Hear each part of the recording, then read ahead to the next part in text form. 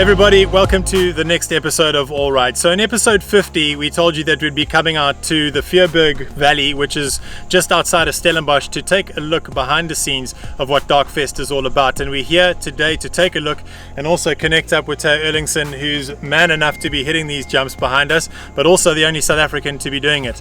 The DarkFEST series, there's only 5 of them that happen in the world, and this is number 1 on the stop, so it's a big occasion. With that in mind, let's have a look at what goes on and how big these jumps really are.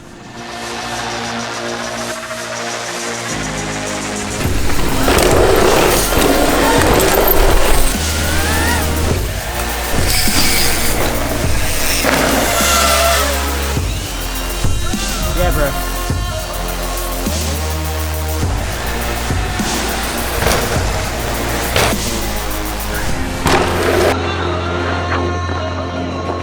Yeah, motherfucker!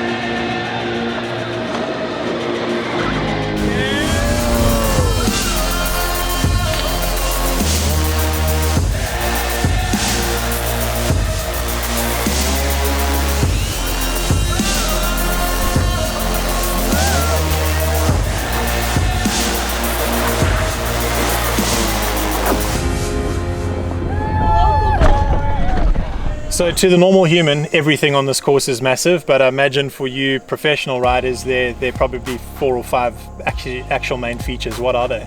So the first feature, the big feature on the course, is the 90-foot double. So it's a pretty big road gap setup for it, then a really long run-in going into it. It's quite tricky because it's not a flat, like you're not going in off a flat surface, you're diving down and like hitting a berm before, so you don't have much time to set up and balance yourself. You're literally hitting a berm and then going straight into a huge lip.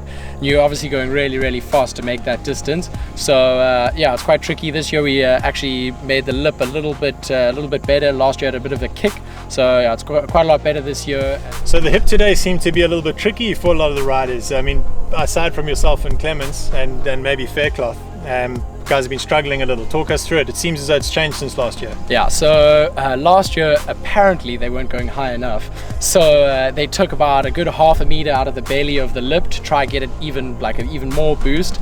But I think just the change to the Twisty Wizard before and that the increased kind of radius on the lip is kind of getting people a bit of a struggle.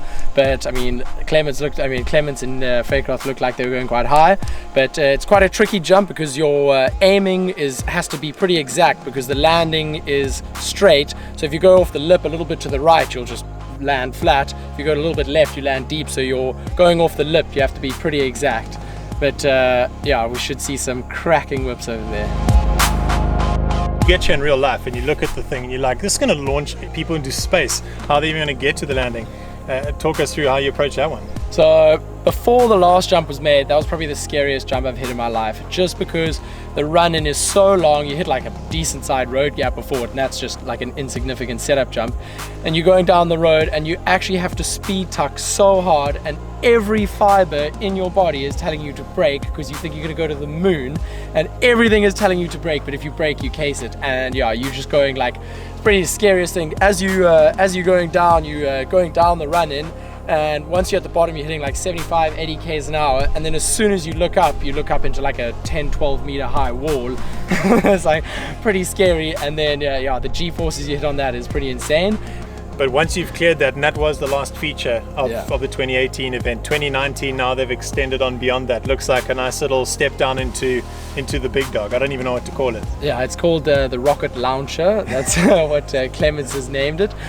Basically, yeah, you land that. It's quite nice now because as you land that, you've got a little bit of a break, but you can kind of just punch a berm, and then a bit of a scary blind drop. I mean, it's still a huge drop, but it's still just a setup on this course, but pretty blind drop. You land that, and then there's another little setup jump, and then another roller, and then also again into just a huge wall of a face. So that was also really scary.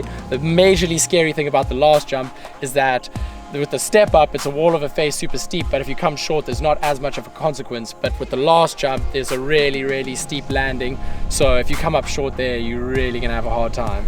Cool. Thanks so much for spending some time with us here today, bro, and mad respect to you for conquering your first full pull for 2019. Saturday is going to be the main day. Friday there's an open day, but I'd reckon Saturday is the day to be here. Yeah, I think Saturday is definitely going to be the day. I think everyone has work on Friday or something like that, but I think Saturday will probably be a good day. I think if I was you, I'd try to get you as early as you can on Saturday morning. These jumps have to be like, they can only be ridden in absolute perfect conditions, like literally no wind. So often we have the best possible chance of that is early Saturday morning. If you're here by say 7, you're probably on for a good time.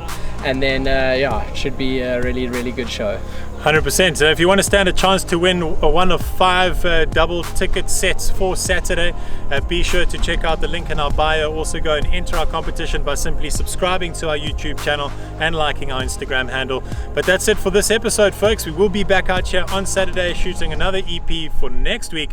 But yeah, best of luck, homie. And yeah, let's hope that everyone gets through clean and safe. We'll see you later.